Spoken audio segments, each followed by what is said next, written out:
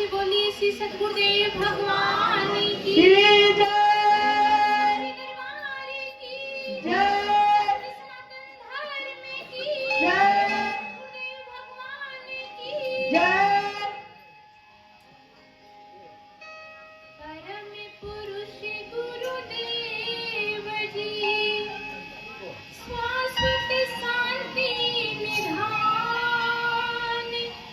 बारी बारी दंडवत करो सकल सुखों की खान एकम नित्यम विमलयचिरं सर्वधि साक्षी भूतम् भावातीतं त्रिगुणरहितं सद्गुरु त्वां नमामि वन्दे बोधिमयं नित्यं गुरुर्शङ्कर रूपिणं यमाशितो हि वक्रोऽपि चण्डे सर्वास्तु वन्दते वन्दो श्री गुरुपदे कमले सच्चिदानन्दे स्वरूप जगतारणे कारणे प्रभु प्रगति धरि धरि रूप।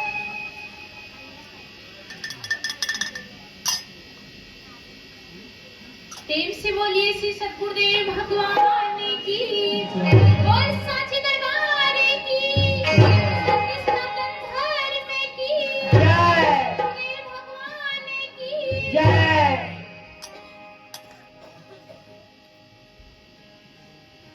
सभी प्रेमी भाइयों बहनों देखिए बहुत ही हर्ष और सौभाग्य की बात है आज उस परम पिता परमेश्वर की असीम कृपा से हम सभी लोगों को इस सत्संग जैसा सुंदर अवसर की प्राप्ति हो रही है जिसके लिए हमारे कत्ते जितने भी महापुरुष इस धरती पे आए कुछ गद्य के माध्यम से कुछ पद्य के माध्यम से लोगों ने अपने अनुभव को व्यक्त किया।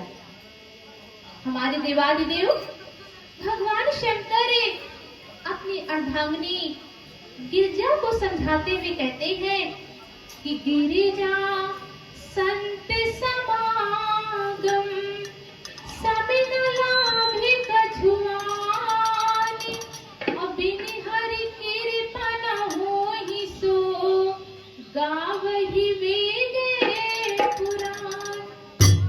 कहते हे गिरिजा ध्यान दीजिएगा किसी पास पड़ोस के लोगों को नहीं किसी नात रिश्तेदार को नहीं बल्कि भगवान शंकर अपनी अर्धांगिनी गिरजा को समझा के कहते हैं कि हे गिरजा आज मनुष्य किसी भी क्षेत्र में अपने कदम को उठाता है तो हर जगह पे वो क्या ढूंढता है लाभ ढूंढता है। ढूंढते कि नहीं ढूंढते हैं। आज ऐसा भी कोई व्यक्ति है कि जो कि ये कहे कि भाई मुझे लाभ की जगह क्या चाहिए खाने चाहिए लेकिन भगवान शंकर गिरजा से कहते हैं गिरजा आज इस पूरी दुनिया में सबसे बड़ा लाभ क्या है। अरे भाई जिस बात को मैं नहीं कहता हूँ बल्कि गावही वेद आपके 4 वेद और 18 पुराण इस बात को गाते हैं क्या कि जब तक हरि की कृपा नहीं होती है तब तक संतों का ये समागम होता नहीं। आज बहुत सुंदर समय है जो कि आज आप सभी लोग यहाँ सत्संग स्थल पे गुरु दरबार में एकत्रित होकर के उस प्रभु की लीलाओं को उस हरि की चर्चा को श्रवण कर रहे हैं। प्यारे बंधुओं देखिए मालिक कहते भाई सुनो प्रेमियों प्रगटे हैं गुरु अब किस्मत बनाने के दिन आ गए। अभी कुछ समय पहले ही आप सभी लोग भजन गा रहे थे कि निर्गुण ब्रह्म है सगुण क्या हुए? निर्गुण ब्रह्म सगुण के रूप में आए। क्या करने के लिए? प्यारे बंधुओं, परमात्मा का दो स्वरूप होता है। एक को आप निराकार कहते हैं और दूसरे को क्या आप कहते हैं? साकार कहते हैं। दोनों, एक निराकार है और दूसरा कौन है? साकार। निराकार वही निराकार है जो कल भी था, आज भी है और आगे भी रहेगा। वही निराकार शक्ति जिसने आपको इस दुनिया में भेजा, दुनिया में भेजने के बाद में अन्न दिया, धन दिया, तन को ढकने के लिए वस्त्र दिया, सारी व्यवस्था को पहले बना दिया, उसके बाद में उसने आपको क्या दिया? जन्म दिया। लेकिन प्रिय बंधुओं, सब कुछ देने के बाद में भी आज वो जीवन में एक ऐसी कमी को छोड़ देता है, जिस कमी को दूर करने के लिए आपको साकार के पास में जाने की आवश्यकता पड़ती है। कौन सी कमी? कौन सी कमी है? वो ऐसी कमी जिसके लिए हमारे भक्तों ने भजन में गाया क्या कि गुरु सम दाता जग में कोई नहीं, गुरु सम दाता जग में कोई नहीं, गुरु सम दाता जग में कोई नहीं, गुरु सम दाता जग में कोई नहीं, सब जग मारने वाला, सब जग मारने वाला, गुरु सम दाता जग में कोई नहीं, गुरु सम दाता जग में कोई नहीं, गुरु सम दाता जग में कोई नहीं, गुरु सम दाता जग में कोई नहीं। सात दीप नौ खंड में सुर सबका करतारा, सात दीप नौ खंड में सुर सबका करतारा,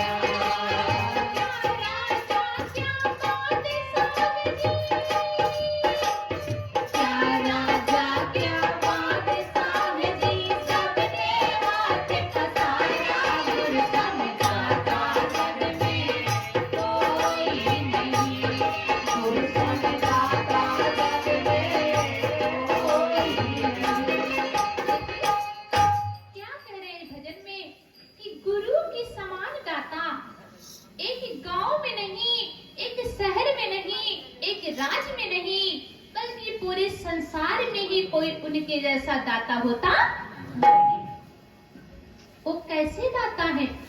जिस दाता के पास में भीख को मांगने के लिए तो आपको और हमको ही नहीं, बल्कि समय समय पे अगर राजा भी आए हैं, अगर महाराजा भी आए हैं, बादशाह भी आए हैं, तो उनको भी गुरु के पास भी भीख मांगने की आवश्यकता पड़ी।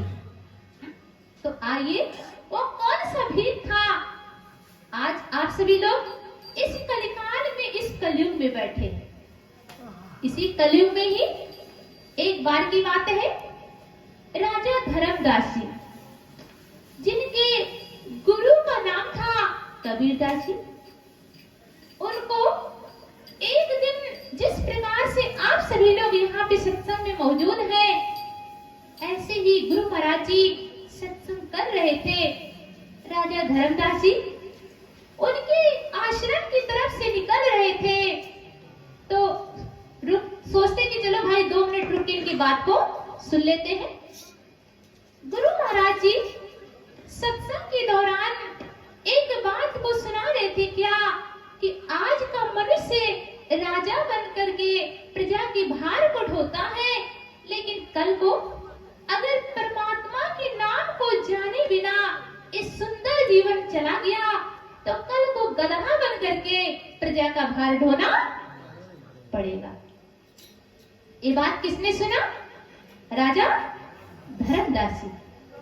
जब इस बात को उन्होंने सुना तो बात समझ में आया। क्यों समझ में आया? कि ये तो सत्य है कि आज ना नौकर की कमी है, ना दास दासियों की कमी है, ना पुत्र परिवार की कमी है, ना धन या भंडार की कमी है। लेकिन सब कुछ होने के बाद में भी जिस चीज को जानने के लिए, जिस परमात्मा के सुंदर नाम को जानने के लिए संसार में आए थे, वो नाम तो आज तक हमने जाना ही नहीं। अब भाई नाम को जानना है तो जानना तो है, वो कहीं बाहर से ला करके नहीं जानना है, वो तो 24 आवर्स आपके पास में ही चल रहा है।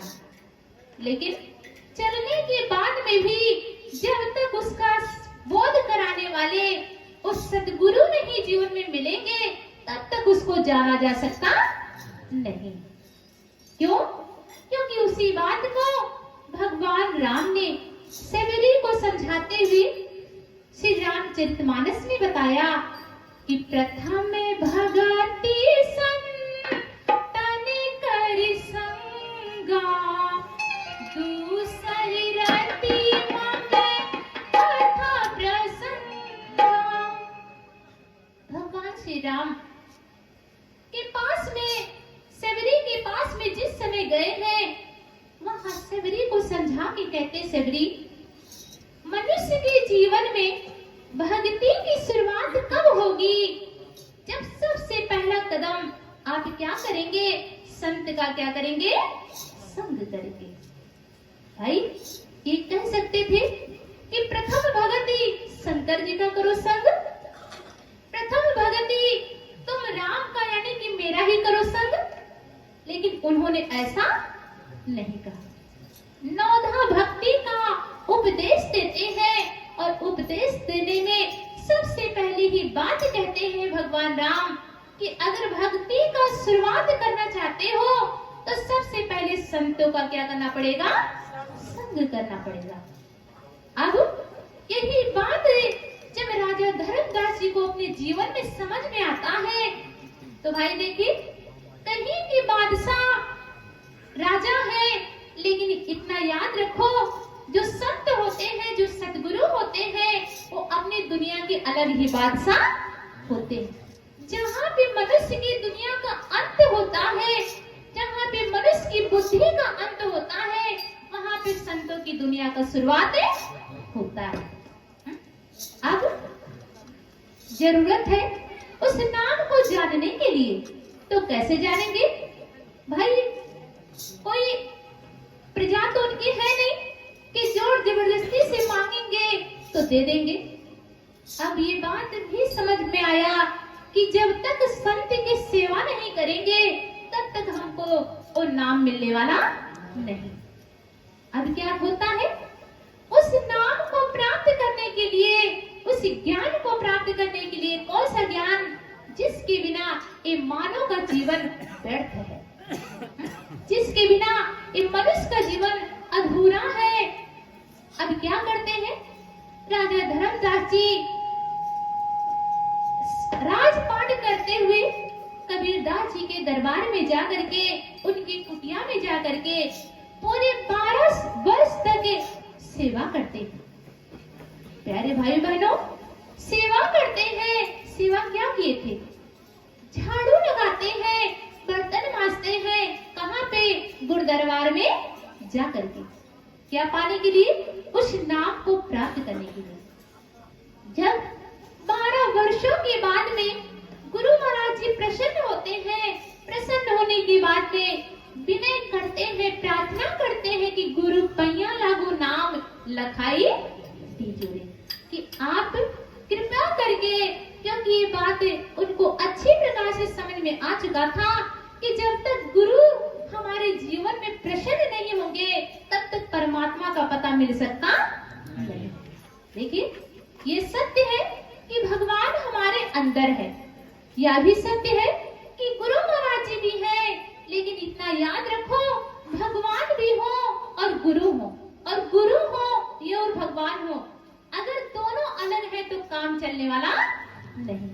भगवान 24 आवर्स हमारे पास में है, लेकिन जब तक उसका साक्षात्कार कराने वाले वो काबिल मुर्शिद नहीं जीवन में मिलते हैं, तब तक हमको भगवान का परिचय हो सकता नहीं, यही कारण है कि गुरु को दुनिया का दाता कहा गया है।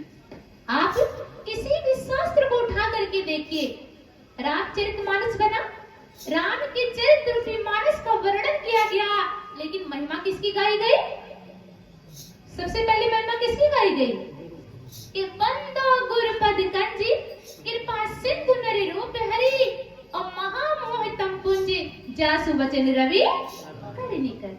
गोस्वामी तुलसीदास जी जब रामचरितमानस की रचना करते हैं, सबसे पहले ही लिख दिए कि मैं वंदना करता हूँ उन श्री गुरु महाराज के चरण कमलों का, जो मनुष्य रूप में साक्षात कौन है? हरि। हरि आज इस संसार में आते हैं किसके लिए? मात्र उस परमात्मा का पता बताने का। आने का उद्देश्य क्या है? उस परमात्मा का पता बताना। कहते भाई, खोज मुर्शिद गर तलब है, यार की दीदार की और बन के जाकर होए रहो पीर के दरबार की। जो बात दवा से हो न सके, वो बात दुआ से होती है। जब कामिल मुर्शिद मिलते हैं तो बात खुदा से होती है। ले बंधुओं, जब कामिल मुर्शिद, परमात्मा तो प्रत्येक मनुष्य के अंदर में होता है, लेकिन जब तक जीवन में सच्चे गुरु नहीं मिलते हैं, सच्चे सद्गुरु नहीं मिलते हैं, तब तक पास में होते हुए उसको देखा जा सकता नहीं। यही कारण है, सहजोबाई एक संत हुई, उन्होंने लिखा कि राम तजु पे गुरु ना विसारू। क्या कह रही है? कि भाई एक पल के लिए राम को तो तज सकती हूँ, लेकिन गुरु महाराज जी को एक पल के लिए भी विसार सकती नहीं। कारण क्या है?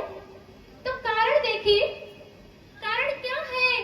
कहते भाई ये तो सत्य है कि भगवान ने संसार में भेजा, संसार में भेजने के बाद में भोजन दिया, सारी व्यवस्था को दिया, घर दिया, परिवार दिया, मकान दिया, दुकान दिया, सब कुछ दिया। लेकिन सब कुछ देने के बाद में भी आपके जीवन में अभी किस प्रकार से आपका जीवन लटका है? कहते भाई, लख 84 भरम करे अपोपी अटकाया, अब की पासा ना पड़ा तो फिर 84 जाए। अरे भाई, गुरु महाराज जी को एक पल के लिए भी नहीं विसार सकती हूँ, उसके पीछे कारण क्या है? तो कारण बताते भाई, ये सत्य है कि आज आपको परमात्मा ने इतना सुंदर जीवन दिया, लेकिन जीवन देने के बाद में भी अभी आपकी नैया को पार किए नहीं। अभी आज भी क्या करेंगी? 84 से, जिस 84 से निकल करके आए थे, आज मनुष्य के जीवन को प्राप्त भी कर लिए, लेकिन अभी भी हम क्या है? लटके हुए। प्रेम से बोलिए श्री सद्गुरुदेव भगवान की, बोल सद्गुरुदेव भगवान की। क्या करें भाई?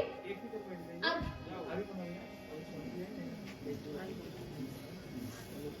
अरे भाई, अभी भी हम क्या किए गए हैं? लटके हुए हैं। क्यों? क्योंकि आज अगर परमात्मा की भक्ति को नहीं जान पाएंगे, परमात्मा के नाम को नहीं जान पाएंगे, तो जिस 84 लाख योनि से निकल करके आए हैं, पुनः हमको वहीं पे क्या होगा? जाना पड़ेगा।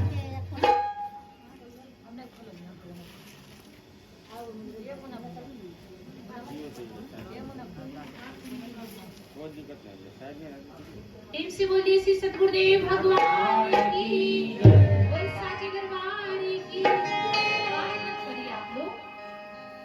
देखिए सहजो भाई क्या कह रही है कि राम तजो पे गुरु ना विसारू। क्यों?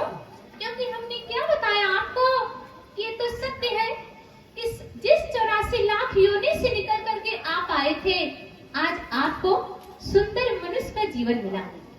भगवान राम समझा के कहते हैं कि कब हो के करो करो ना नर देहि, और देते से बिनु हे तो सनेही।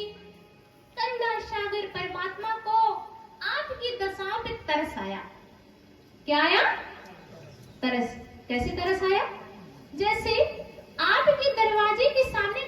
भिखारी आ जाए।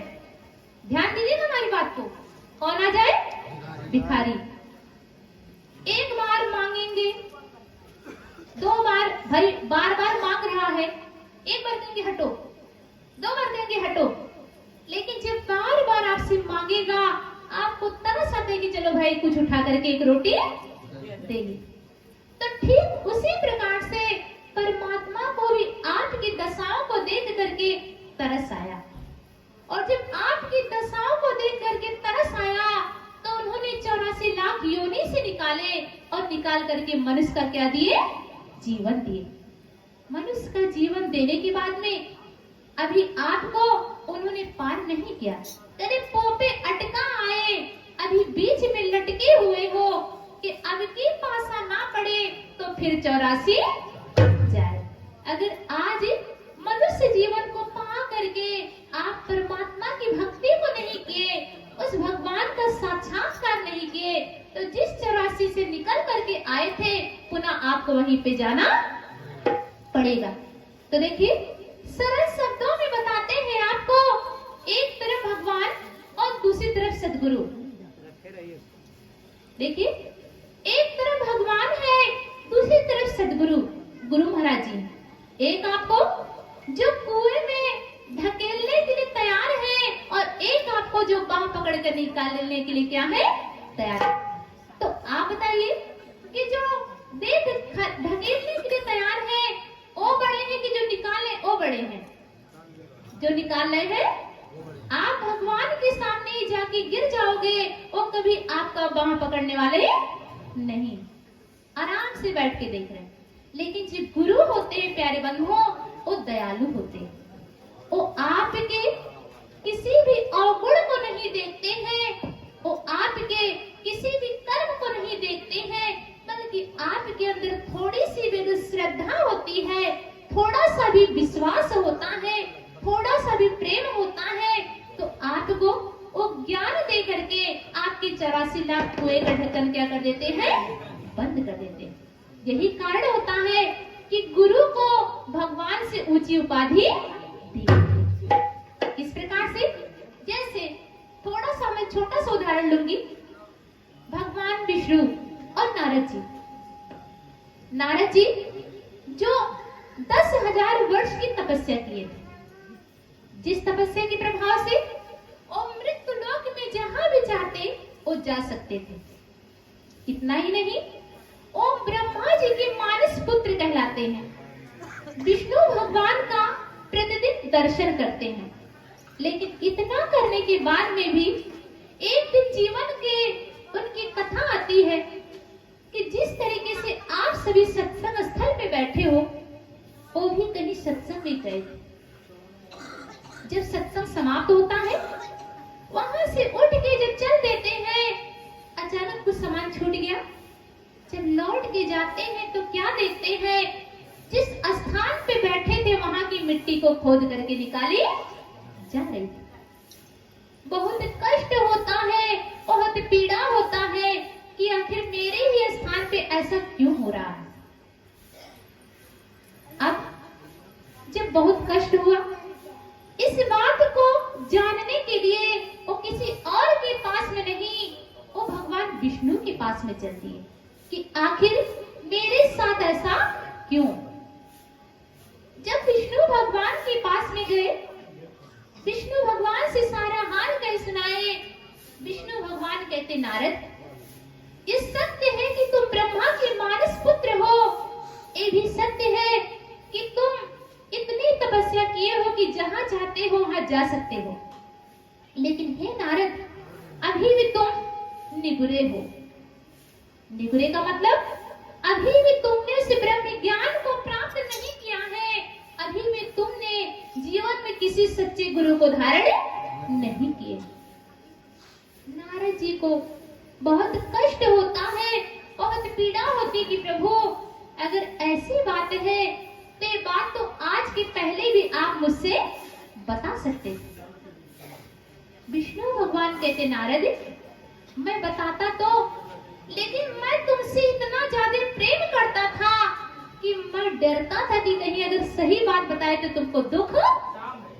ध्यान दीजिएगा, प्रेम से बोलिए श्री सद्गुरुदेव भगवान की। कहते बहुत मुझे लगा कि भाई इतना प्रेम मैं तुमसे करता हूँ, अगर तुम्हें सत्य बात को बताऊंगा तो तुम्हें दुख लगेगा। देखिए अभी कैसे दुख दूर होगा। कहते प्रभु फिर क्या करो? कहते एक काम करो, कल ब्रह्म मुहूर्त के समय चले जाना और जो सबसे पहले व्यक्ति मिले उनको तुम गुरु धारण कर लेना। अगले दिन निकल गए। विष्णु भगवान का आदेश था। सुबह सुबह 4 बजे के समय मछुआरे के रूप में कालू धीवर जो थे वो मछली बेचने के लिए। अब प्रभु का आदेश था तो चरणों को पकड़ लिए कि ज्ञान दीजिए। कहते भाई हटो, मैं तो मछुआरा हूँ, मैं क्या ज्ञान दूंगा। कहते नहीं, विष्णु भगवान कह के भेजे हैं तो ज्ञान तो अवश्य आप देंगे। ये भाई चलो विनती के प्रार्थना किए, मिला ज्ञान। जब ज्ञान को लेकर के आ गए विष्णु भगवान के पास में, विष्णु भगवान कहते भाई ज्ञान को गुरु धारण कर लिए, ज्ञान मिल गया। नारद जी कहते हैं ले तो लिए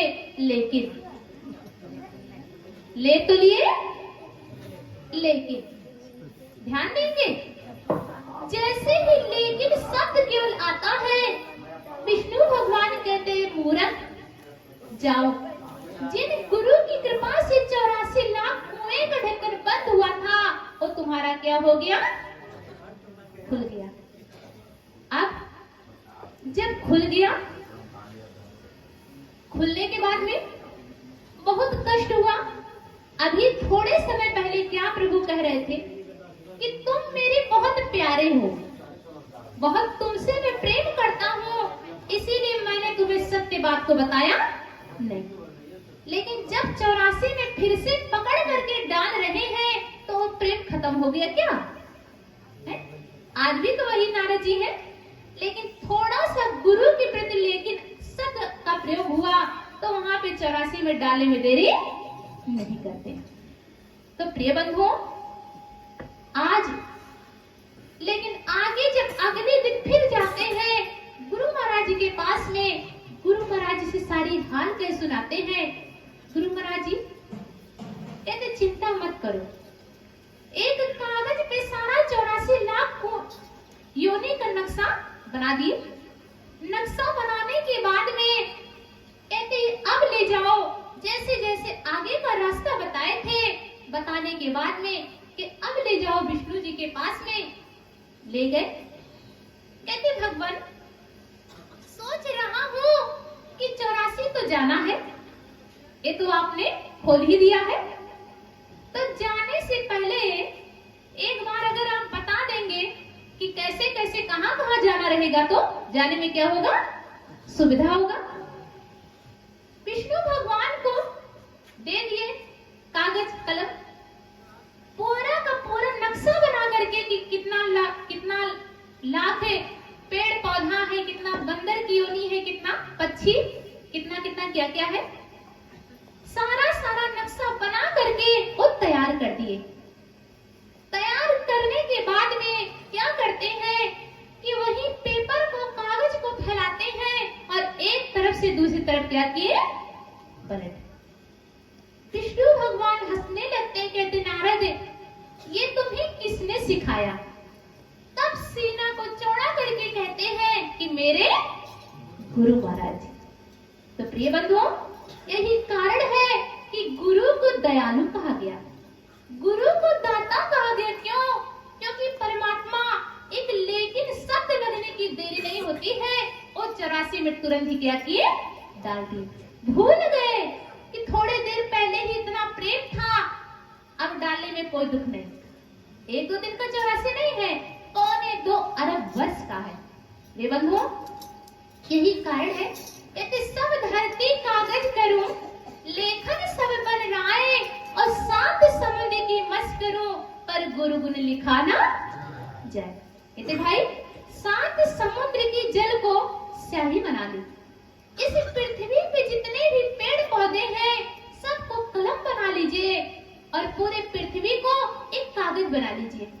बनाने के बाद में गुरु के गुण को लिखना शुरू करे।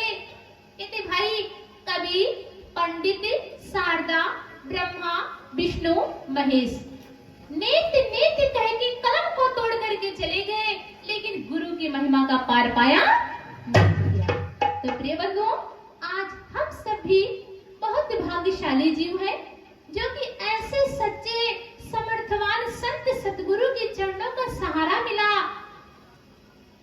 इतना सुंदर जिन्होंने ज्ञान दिया, जिस सहारे को प्राप्त करके अपने जीवन को हम कृत्य अपने जीवन को हम धन्य बना सकते हैं।